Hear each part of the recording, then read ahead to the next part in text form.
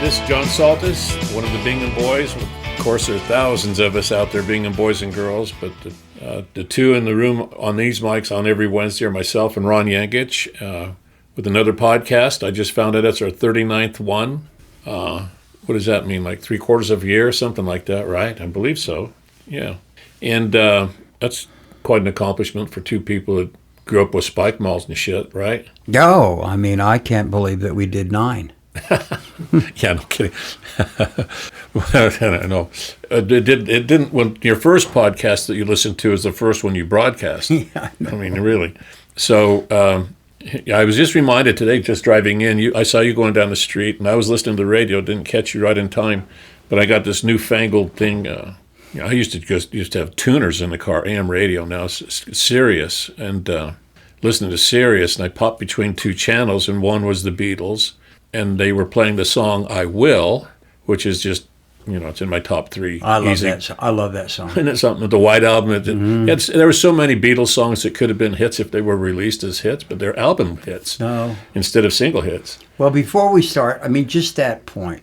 I remember where I was when the White Album came out. I remember being in Louisville and going down.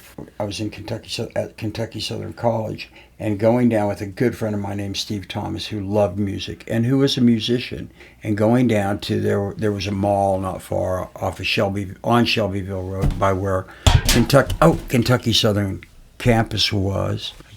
Don't worry about that. You didn't see what happened, but it was a blood orange drink. I just spilled on me and everything. Can we pause it?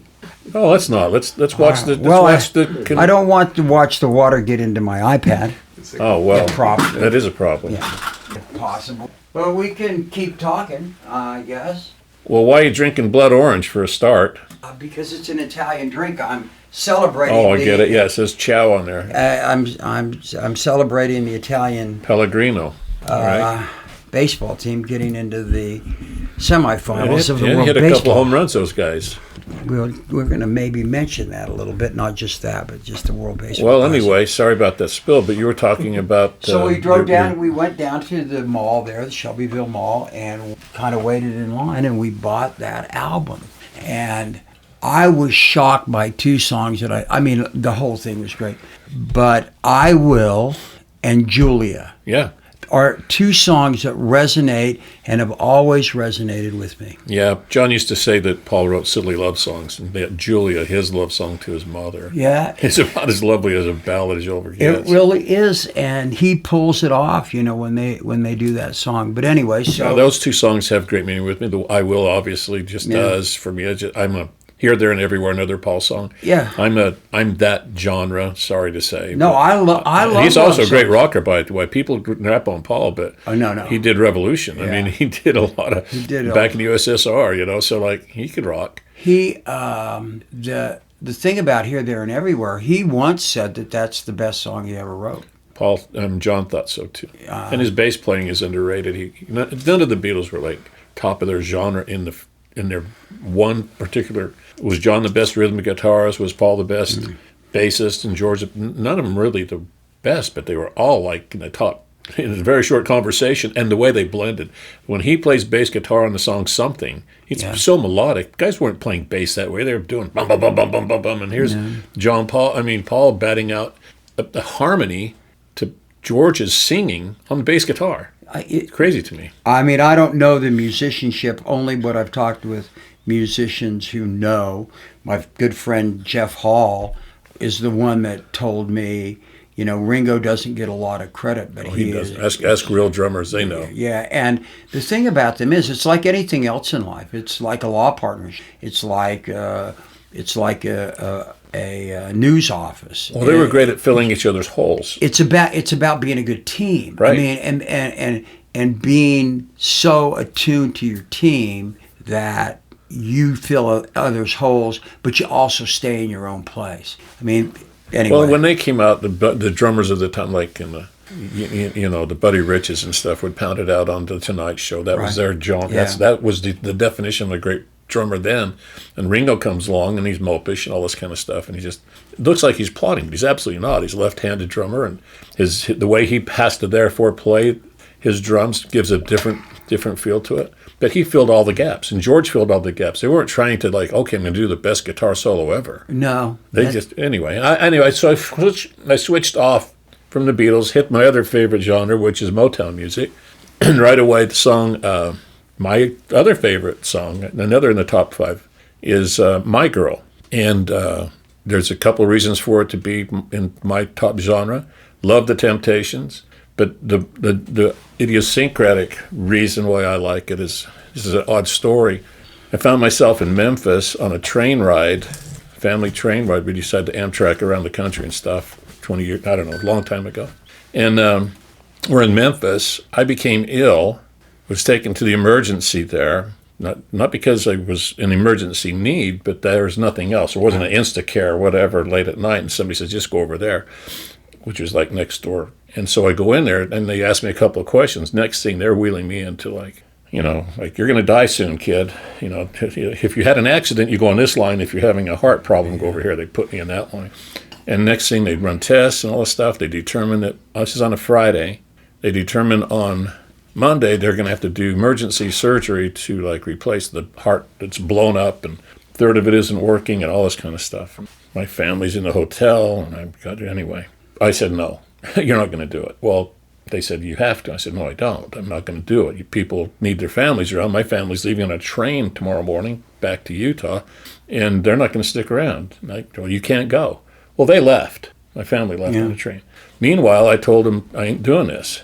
And finally, they give me like a release the size of your, like the Odyssey, a thick, giant bunch of paper, sign all of this, and they let me out.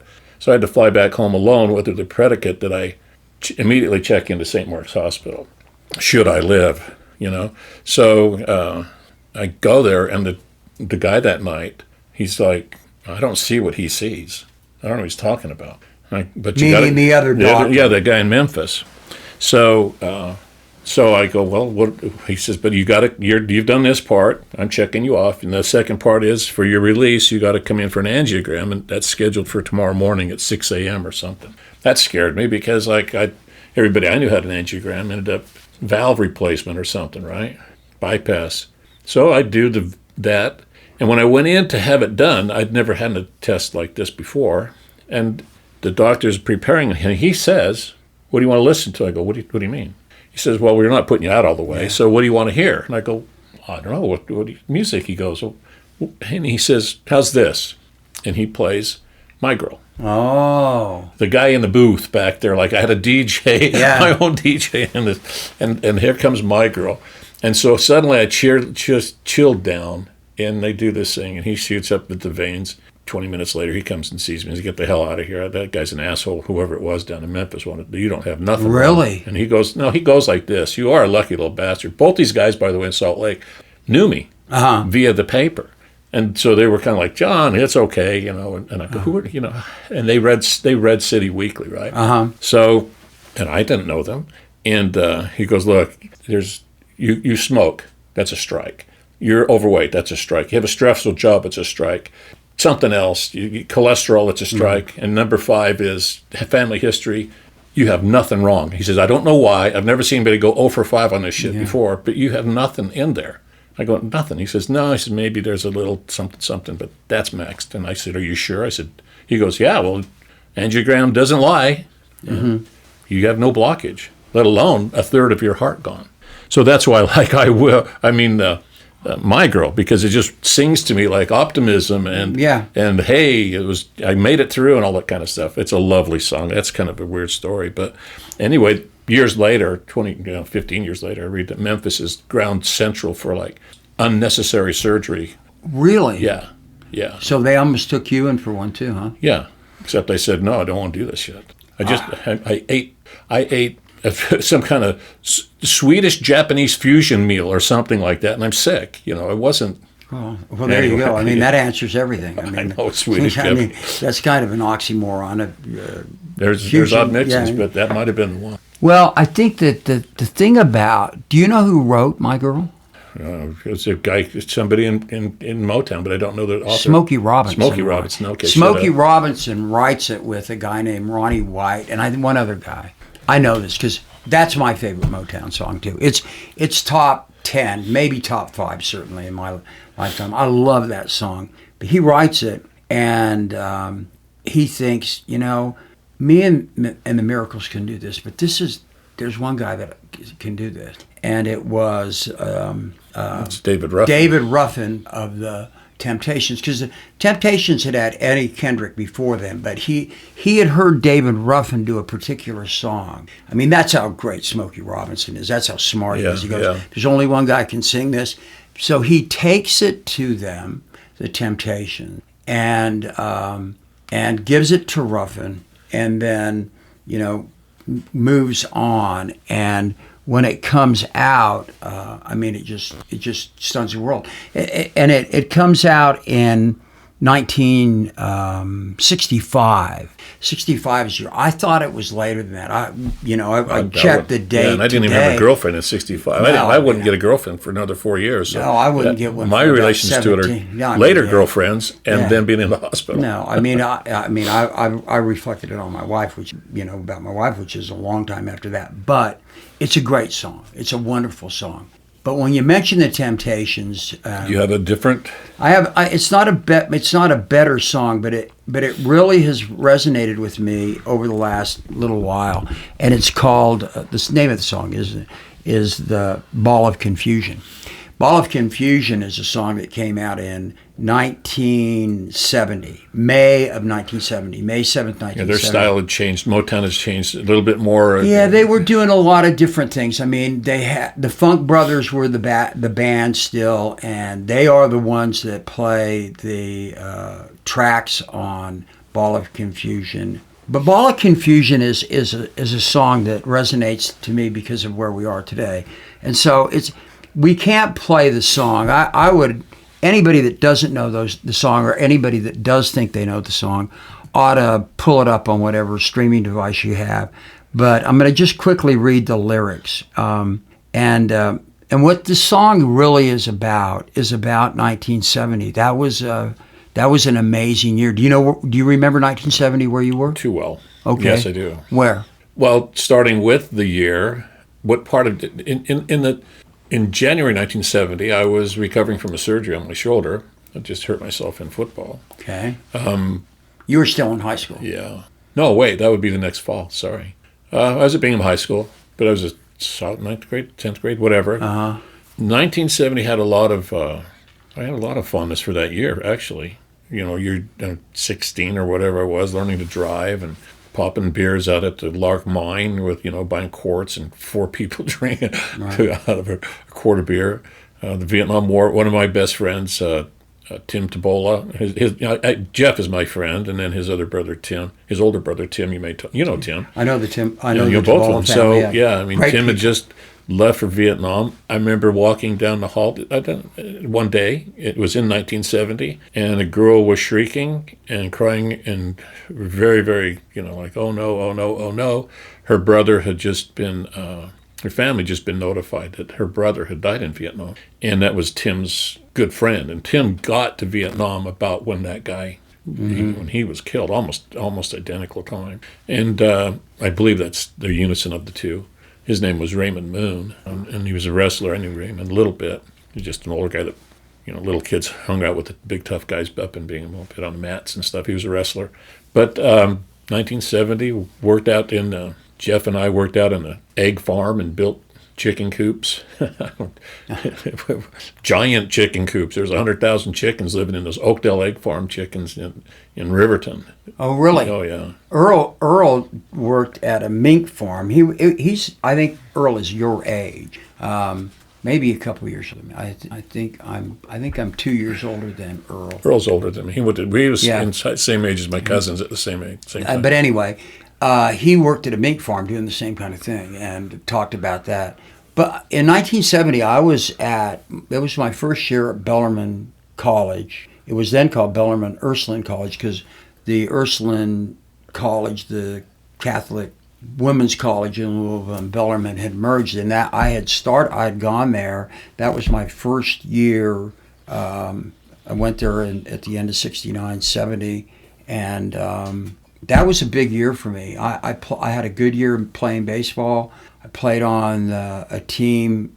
The first Bellarmine team to ever beat the University of Kentucky in a intercollegiate athletic event. We beat them in baseball. It was a big deal, bigger deal to all my friends who were Kentucky kids. And that was the year that I really kind of, it all kicked in for me academically. I don't know. I think it was the professors I had there that really fired me up. But it was an amazing time. And so the lyrics of this go, people moving out, people moving in. Why? Because of the color of their skin. All of this relates to today, by the way.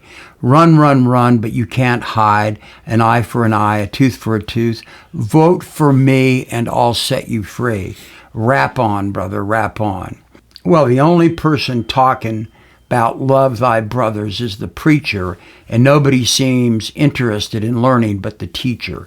Segregation, determination, demonstration, integration, aggravation, humiliation, obligation to our nation. That's the opening verse. Ball of confusion, this is the chorus. That's what the world is today. Oh, hey, hey. Sale of crack is at an all-time high. Young folks walking around with their heads in the sky. The city's aflame in the summertime, and oh, the beat goes on.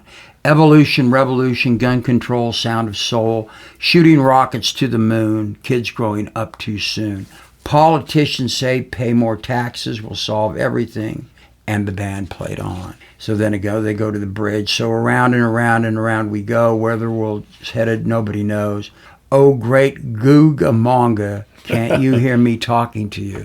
I'm going to stop there. When was that word ever used in a sentence or a song? I didn't know, and I did look this up. I did not know this. There's a phrase, oh, Googly Moogly. Yeah. Okay. Yeah. It's actually, I found out today, comes from Howlin' Wolf, who did a song that he used in. It's an old blues song, and it's a way of saying, oh, what the hell, oh, Googly Moogly. They changed it to, oh, great Googa Mooga. Can't you hear me talking to you? And their point in that, I think the guys that wrote it, was, we're praying to somebody up there. I mean, we need some help. This is totally confusing to what we're doing. Just a ball of confusion. That's what the world is today.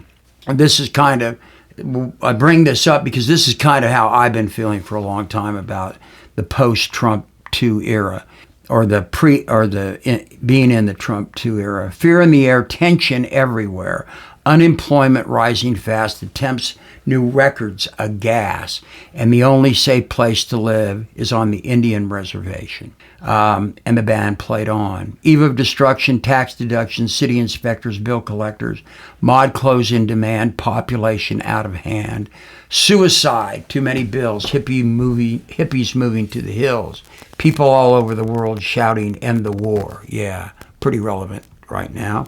And the band played on. Great Googa Mooga, can't you hear me talking to you? Just a ball of confusion. That's what the world is today. Oh, hey, hey, let me hear you. Let me hear you. Let me hear you say, ball of confusion. Oh, let me hear you say. That's what the world is today. Let me hear you say. Let me hear you say. And then they finish.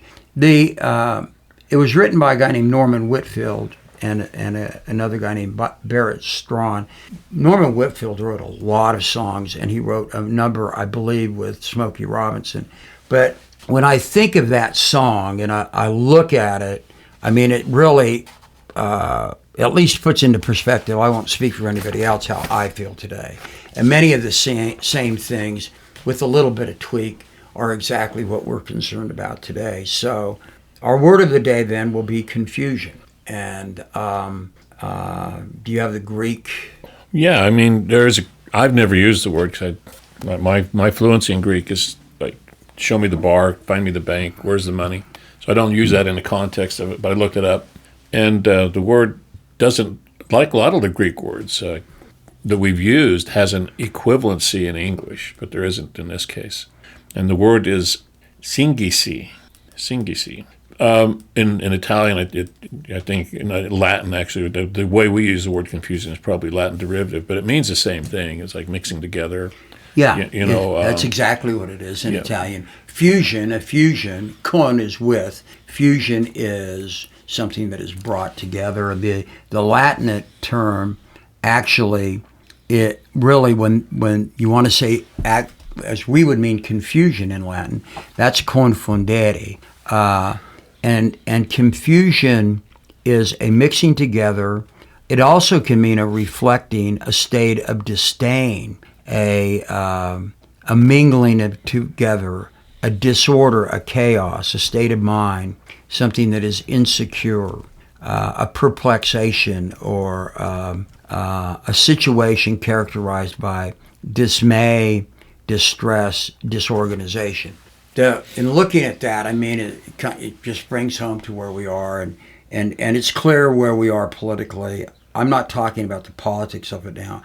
I'm talking about the sown confusion by Donald Trump and people that are in control of the world, not only in the United States but elsewhere, and not everywhere, but a lot of places, who have realized that the easiest way to take people's eyes off the ball is to sow as much confusion as you can, because nobody can keep up with it.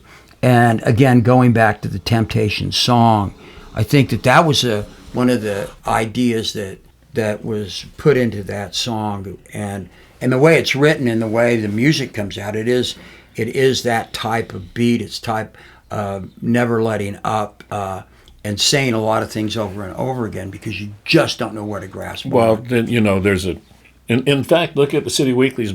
You read Tom Tomorrow in this current issue.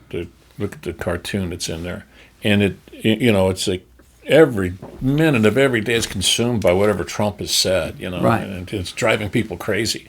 And that's strategic, you know that about the guy. But what's amazing about it is it's clearly more and more evident the guy's not the smartest guy in the room, though he likes to pretend he is. Right. And yet he is smart enough to know how to move the political needle, or his own needle, or populaces. He can do that. And that doesn't mean he's anything but a bad dumb guy, but he keeps us that way on purpose. He's stated that for 40 years. Yeah. This is not new to people who have ever followed Donald Trump, and me saying it today, people in MAGA go, how come you're so deranged? And they didn't even know the guy until he came down the elevator, or maybe saw him on Apprentice. But people who kept track of who Donald Trump was, this is modus operandi for the guy, to attack, to deny, to sue, to keep everybody confused. Even Steve Bannon says, that's our playbook. That's what we're going to do, is we're going to keep everybody out of, the realm. But here's where it leads in today. It's finally recognized by MAGA that all these other things that were attributable to Trump for being bad traits, that I think people like yourself and myself and many others have recognized for years, they were tolerant of for whatever reason. Cheating is okay. Oh, he's just old. He's okay to cheat. Oh, don't pick on the guy. Look, he's a successful businessman. No, he's lying. But and that was in that. And MAGA has in the past 6 months been confronted with two nasty realities. Number one is the Epstein file. We still don't know what's in it entirely. But there's a real smoky chance, if you follow the money and follow the smoke of a news story, that he's engaged in something in those Epstein files. He's already said to Pam Bondi, you can't let this out because it'll affect my friends, right? His friends.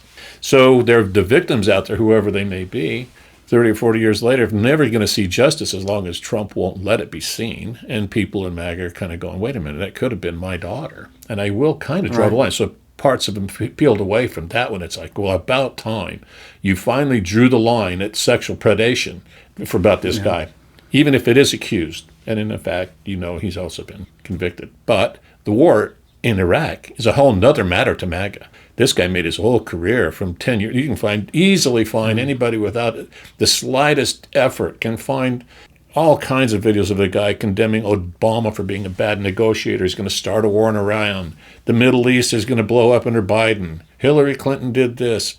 And MAGA said, yeah, we don't want war. Right. And we support you. And now MAGA children are going to war.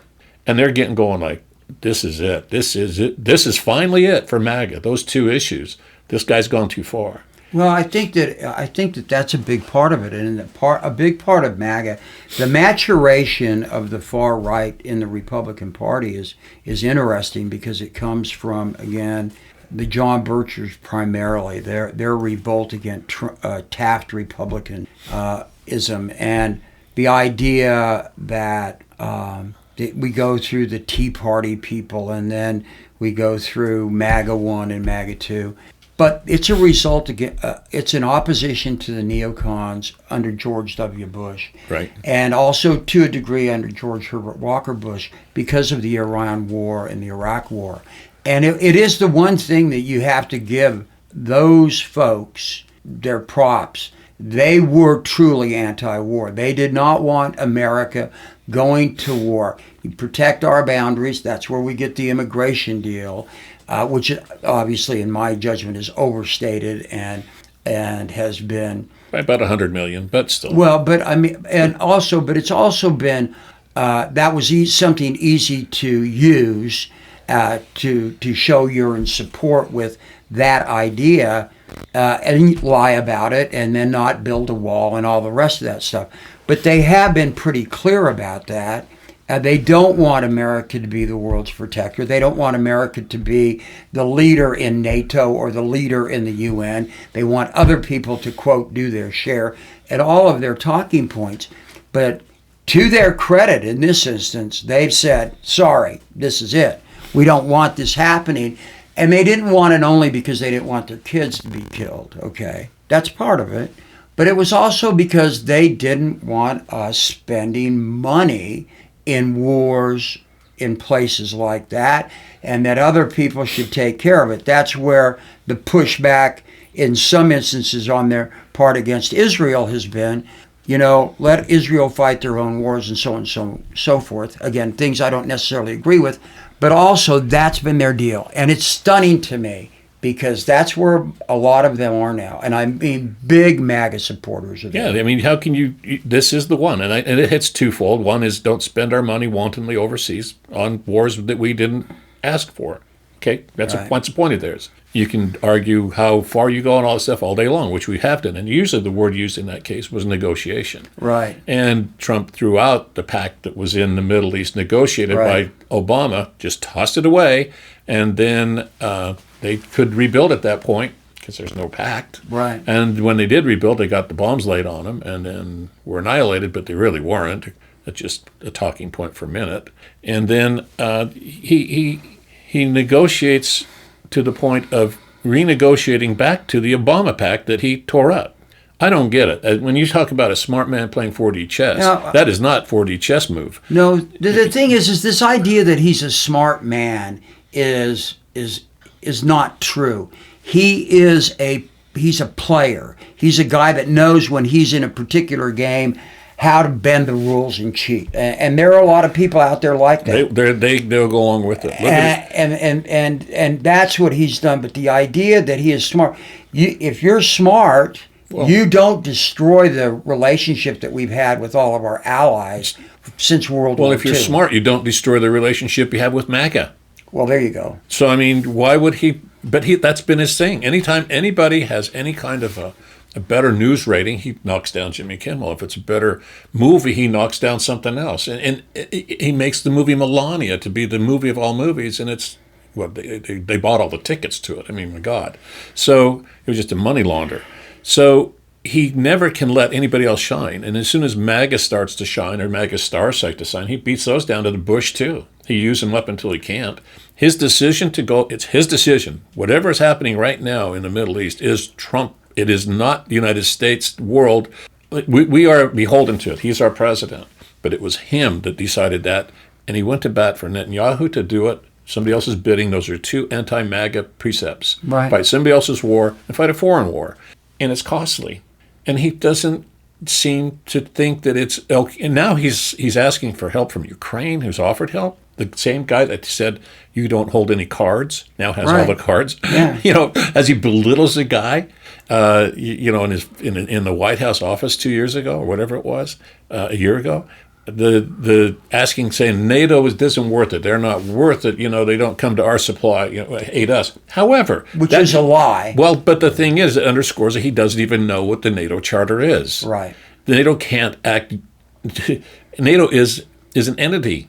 Which requires the concurrence of a bunch yes. of different nations that Donald Trump doesn't understand. And he wants the USA to be the head of NATO in this case and then be answerable to American militarship. It is not the way the game is played. No, I mean, if the complaint of MAGA was that the United States had taken leadership in everything since World War II, there is a lot of truth to that in many respects.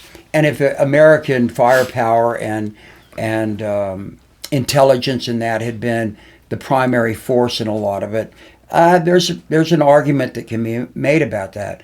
But the idea that you go out and you say things without understanding what the consequences are, you're going to take Canada as the 51st state, and then you're going to take Cuba as the 51st state. Well, and that doesn't have to make Venezuela the 51st state as a backup plan. But here's the deal. He said that after the Venezuelans beat the USA in the World Baseball Classic yesterday. Yeah. He said, well, maybe Venezuela would be the best 51st state.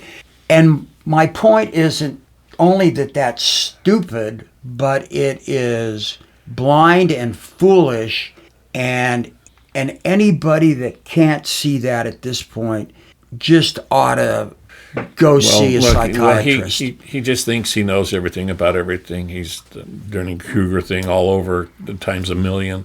But he can't.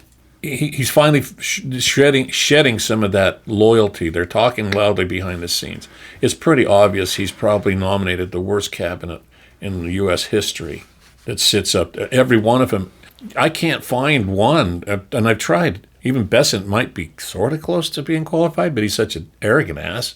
And that's the money guy. So, like, you go, why did we... They say elections have consequences. Yeah. Now we got the worst cabinet ever because he never got qualified people in to protect their dominions or to protect us. He just got his loyalists in. And he turns his back on them. Have you seen Tulsi Gabbard lately since he got pissed at her? No. Where's Kristi Noem been once he got pissed at her? Kennedy's rumored to be out the door. I thought he got the best. And what he didn't, what he got was the people who would best kiss his shoes. Now his big shoes. Have you seen those things where he bought all of them a bunch of shoes and none of them fit? Because they're like clown shoes. Rubio's feet are like falling out of him. He wants everybody to look the same. He bought everybody 10.5s, and he's like a size 8 or whatever. Stupid. It's a power play. But how do we let this happen? That we come to this is at our peril. No, it's not only at our peril, but everybody that says, and this is a talking point that you see every once in a while. Yeah, but when he's done, we'll get our allies back, and we'll get this, and we'll get that. No, you know what? The world is now looking at America and going, sorry here. We're sorry here. You're Argentina in 1930. We don't know whether we can trust you. We don't know whether you'll pay your bills. We don't know whether we can count on you in trade. We don't know whether somebody else will get elected or you'll elect a good person who will die, and then the vice president will be an idiot because they were put in to get a particular group of people. We don't know about that. In the British Parliament now, they are saying those very things about what their relationship with the United States should be. And sorry for any of you out there that don't believe this. We need Britain. We need France. We need Germany. We need Sweden. We need Denmark. We can't just keep saying we're going to take part of Denmark's property. We just can't do. We need Canada. We need Mexico. And what we've done is we made all of those people afraid, because Donald Trump likes people to fear, right, but afraid for the wrong reason. Oh. And their fear is that we can't be trusted. He treats all of them like subcontractors, and he's the main contractor. And he always stiffed his subcontractors. You want to work for me, you should consider it an honor to be building on a Trump tower. It'll bring you such glory. And that's Canada or Mexico, whomever. When you look at it hemispherically like he's trying to, the Western Hemisphere, great. We want to take care of our North and South. But, boy, I'll tell you what, a lot more reason to be united with Europe and the Northern Hemisphere than the Southern if you're looking at it bilaterally. And why not just try to get along with everybody? This shit that we're winning the war in Iraq was the early Hegseth kind of move. Like, we're killing them, and I can't wait to kill more of them. No quarter taken, which means it's a traitor. That means you violate the rules of war, and you're a war criminal when you start doing that. Yeah. So, like, what's going on here? These guys are just cosplaying, and we can't. We're not winning that war this way. You can't. We may kill more people. And the bombs might land where they're supposed to land.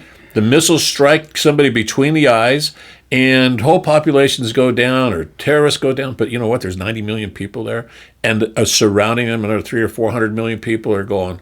We hate the United States. You know, thank you, Iran. You just woke us up. Right. You know, this is not like a playground thing here. When he says yesterday or the day before, well, maybe I shouldn't have done that. Did he say that? Yeah. I missed that. Huh? Yeah. He said that. Something to that effect. I mean, those weren't his exact words. I mean, I shouldn't have bombed. Yeah, maybe I shouldn't. And you just go, well, wait a minute. You shouldn't do anything. That's the point. That's why we have Congress. That's why we have Congress. That's why we have advisors. That's why this country's worked so well. In trying circumstances in our history, we've worked well because the Congress and the people around the president, his advisors, those running the various department of governments are long-term people. Bureaucrats. No, not in his cabinet, because he got rid of the long-term people who were expert. But the problem is we started denigrating what we called bureaucrats a long time ago. Well, bureaucrats are the ones that run the bureau. That's all it means. They're the ones that take care of the day-to-day operation. And the Republicans have been bad about bad-mouthing them, and so has the left on many occasions. But they make everything work. And it goes back to the word of the day, confusion. One of the things that we need in the world, in civilization is primarily based upon the idea of constants, that you have a constant manner of which you live. Within it, there are some changes, but there are constants. The cloaca maxima, the big toilet in Rome, worked, okay? That's a word? The cloaca maxima is the great big area in Rome where the sewage all went to and then went out where it still works, by the way, parts of it. Gravity. Well, but it's gravity, but it's how well it was built, okay? Yeah. So the roads work. This is a special call out to our mayors of Salt Lake County and Salt Lake City. Maybe we could pave a few. Right. Yeah, but anyway, electricity works, the power grid works, all of those things. That's good. That's not bad. It's not exciting, but it's what bureaucrats do. They make it work. And we put them down for so many years. And with Ronald Reagan's, government isn't the solution, it's the problem. Well, you know what? Tell that to people who want to turn the lights on in the morning when they don't work. Here's a bit of confusion. How can you go and, one day I went to bed normally, and in the middle of the night, I woke up and read the text, we're throwing missiles or bombs or something in the Middle East, 2 a.m. There was no walk up to this at all. No. Nothing. I mean, it took even any other time of real consequence like this. We did at least, whether we agreed or not, whether Congress did the right thing or not, there was a bit of discussion. This came pretty quickly, and so quickly that the whole team of Team Trump was nowhere near the same page, probably not even in the same book. No. They were all confused. They were all in their ball of confusion, contradicting each other. This is a war that'll last only a day. No, this is going to last a long time. We're going to put boots on the ground. No, we're not. We've knocked them out completely. No, we haven't. We had Clark Clements on last week, U.S. Marine, right? Yeah. Great. And he was. And when we have him back again, he'll talk about like what it would be like in a firefight, where it sounds good on paper. Let's take the hill, and then all of a sudden there's more of them than us. That somebody tripped and fell, and the battle didn't turn out the way that you wanted, as the way you planned. That's battlefield logistic confusion. That's understood on the field. But for the planning part, when you should have Rubio and Hegseth and himself in the room, and all the best generals and all the best minds, but none of them knew. One guy resigns yesterday. What did he say? And he's not a great person. He's a white nationalist, supremacist kind of guy that got put onto the, what was it, I don't remember the seat that he held, but he wrote a nice big letter yesterday saying, I know. Well, part of it was, there was only one part that said, I don't endorse this and we should never have gone there, but the rest was kind of flowery about Trump ambitions and so on. But he said it. We didn't know what the hell hit us. You can't operate that way. There's not a business in the world that I know that just says, go to work, and then nobody knows what they're supposed to work on. No, well, but that's how he ran the casinos. He ran them into the ground for the same reasons. He did what he wanted to do. He had people that were in the position to run them. The thing about what's happening now is this. It's interesting to see now, and obviously it's stuff leaked to the media by people that know. Vance is now distancing himself from the war because he wants to run for president next time, and God help us there too. But what I don't understand is another thing about the confusion aspect of it, and that is when I turn on my iPad in the morning, when it's time for me, and the 20 minutes I give myself in the morning to look at the news, and Apple News comes up. There is so much crap that comes at me. Kanye West's girlfriend sitting naked on a black horse. Why? I don't know. Why is it? Hey, there's lots of whys. Why is she on a horse? Why is the horse black? Why do we give a shit? That's the last thing is my deal. I want to look at news and again, let me raise my hand. I am poor with computers. I lose my attention span when I have to try to find stuff. But I ask for Apple News. And what comes up for me is, like I said, just what I said. And I just screwed it up. But I get things like that when I hit the little bar that says politics. And so I'm confused about what we're doing relative to speaking to serious things today. There's a long way for me to babble around to get to it. I want to know, when I think of the news, what happened that was important. I used to love the sports page, the front page, the opinion page, and other things that I might not look at, but were important to other people. But now we just live in a world where it's all about who's famous and who's not famous and what's happening to them. And, oh yeah, by the way, some more soldiers died in Iran from America, and another... Did that happen? Are you reading that?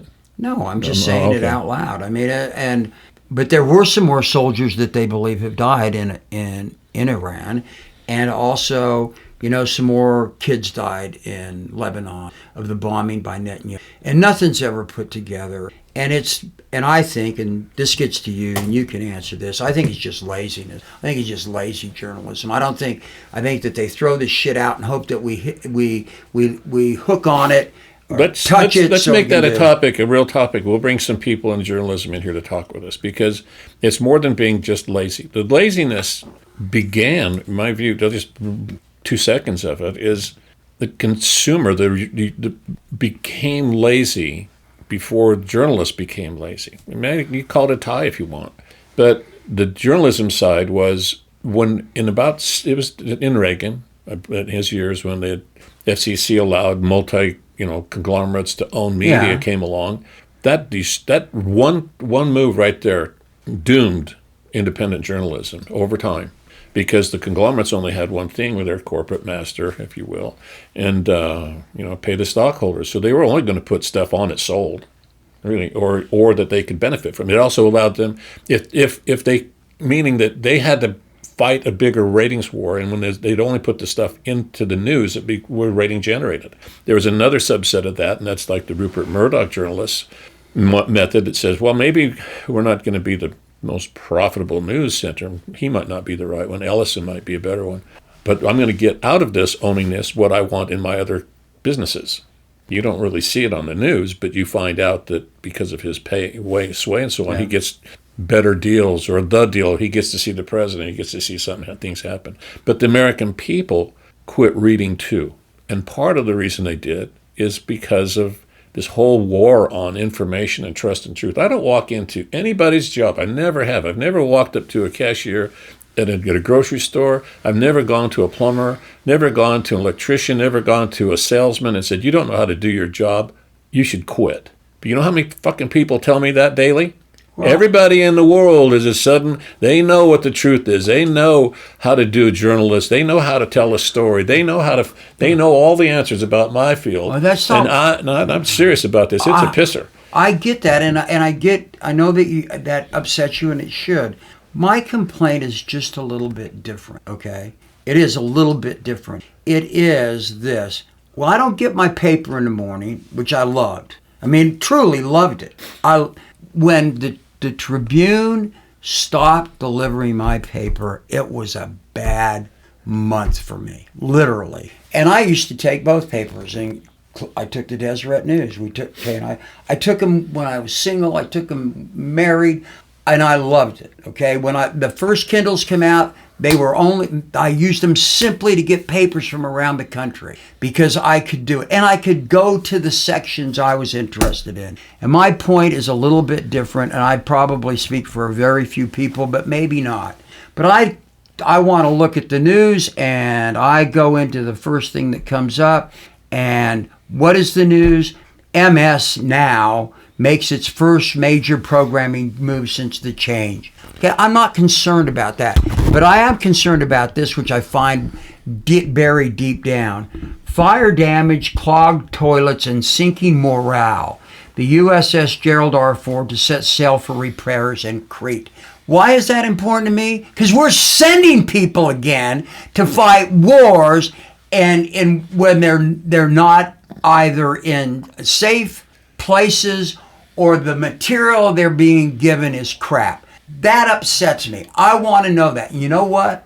I believe most Americans would want to know. I believe 15 years ago that would be a major story. What happens today, Ron, is you have a press spokesperson for the president. So if MS Now or CNN or AP or BCC said, hey, will you please tell us why these sailors are objecting to having their tour overextended and why this ship is coming back to be? And is it true that their restrooms are overflowing and so on and so on? And you know what the answer is? How dare you ask that question? What's wrong with you? President Trump said yesterday that the war's going fine. You must be the worst person in the world. You're a bad journalist. Get out of the room. Next. Maggie Haggard. He belittles everybody. But Maggot Haggard. He's suing everybody. He's one with... Okay, great. My point is this. Somebody knows some facts there. Excuse my language here. This is going to cost me $5 because I gave up swearing for Lent. Well, then don't swear because I don't want to. Well, give it to me. Okay. F Donald Trump on this issue. That isn't even a swear word. If you're going to give me $5, okay, fuck Donald Trump on this. You owe me 20 now. I'm not giving you any. Bullshit, you're not. I just now told you the rule. I know. It's my rule. I gave it up for Lent. I give the money to people in need. Okay. I need it. I'm now 21 swear words into Lent. Oh, gosh. But anyway... That doesn't require any mention about Donald Trump. It is a story about facts. Put the facts in there. Don't go to Donald Trump for everything because what's going to happen is he's going to then do what? Confuse us with what he has to say. I want to know more about what the Guardian's writing. Then put it on CBS. CBS is lost half of their viewership since that happened. There's no distribution for that news, Ron, because somebody decided A, it doesn't pay financially, or B, it doesn't pay to piss off Trump. Well, that's what I was saying. But somebody wrote it. They did write it. No, they distribute it. But there's more. I mean, there's more stuff like this out here. I don't really care. There's stories like that everywhere that aren't being told. They're everywhere. We can't only blame consumers. I didn't only blame them. I said that was part of it. But the consumer did this. They trusted somebody who was beating down the press, which was the first law of every authoritative fascist type regime that ever happened in history, was to own the channels of information and belittle anybody else even trying to. That's the point of it. Okay. And we became lazy about that to fight back for that. It wasn't that they were dumber, that they're still getting information somewhere, but it's not the same channel methodology. I'm not pushing back on truth. I'm pushing back on, and I'm not pushing back against journalism. I'm pushing back against the idea that I am so stupid that I look for actual factual news and I get to see the hind end of a great big black horse and a skinny white one. There you go. And I don't give a damn. I don't care. I really don't care about Kanye West or her. God bless them. Okay? Move on.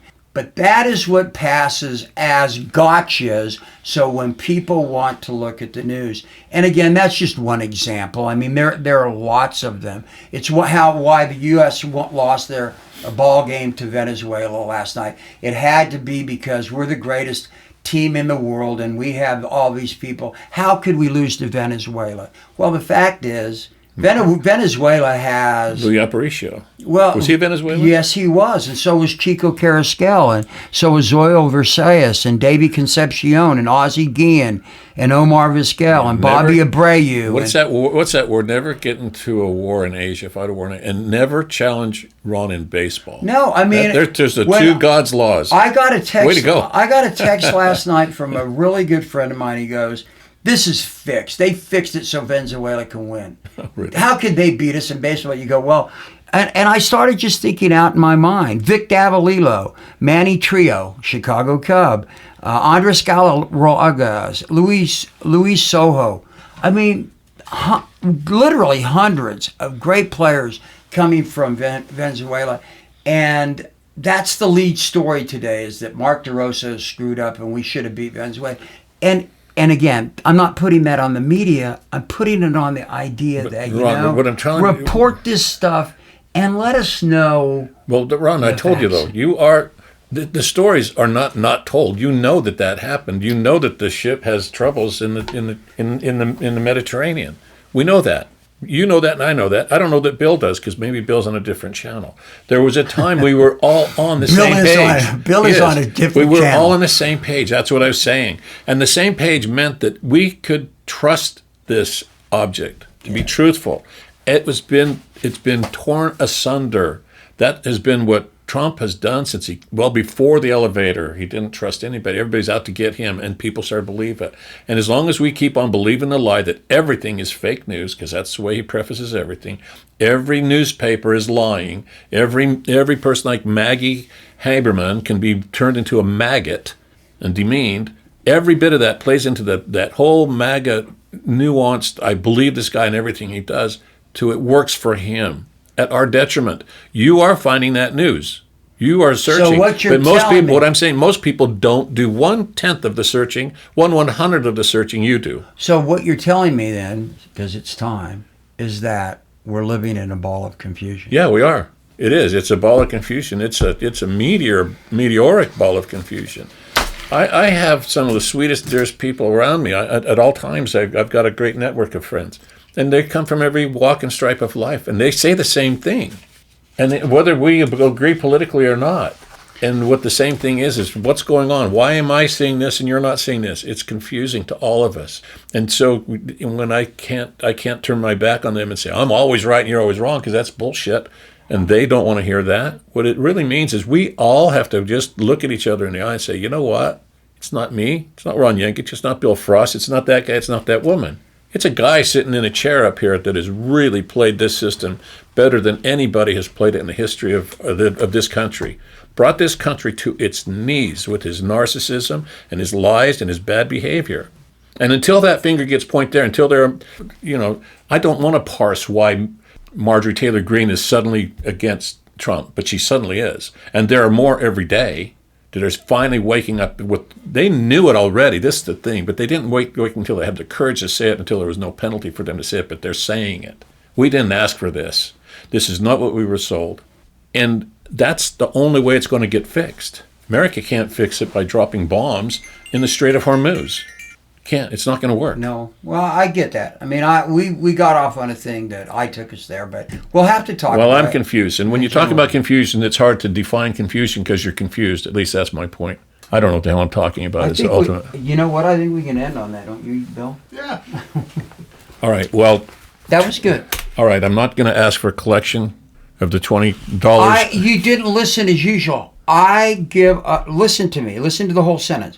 I give up swearing for Lent. I do it every year because I think that swearing. You ever heard of the myth of Sisyphus? That's the most worthless thing to give up. No, it isn't. Because you know it ain't going to work. Well, it does work. I count my swear words. I wish we were still running this. I count my swear words. All right. So for the first 10, I give $1. After 10, it's $5. When I get up to 20, it becomes $10 a swear word. I literally put that money in a deal. Okay, where are we?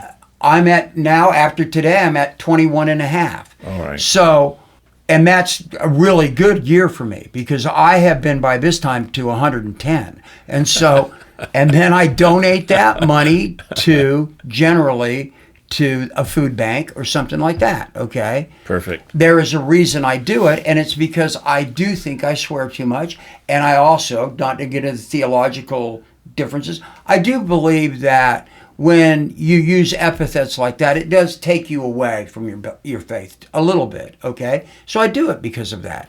And I do other things as well, but so this isn't about me and you. I mean, I thought you were going to give me some money. I'm not giving you anything. Sure.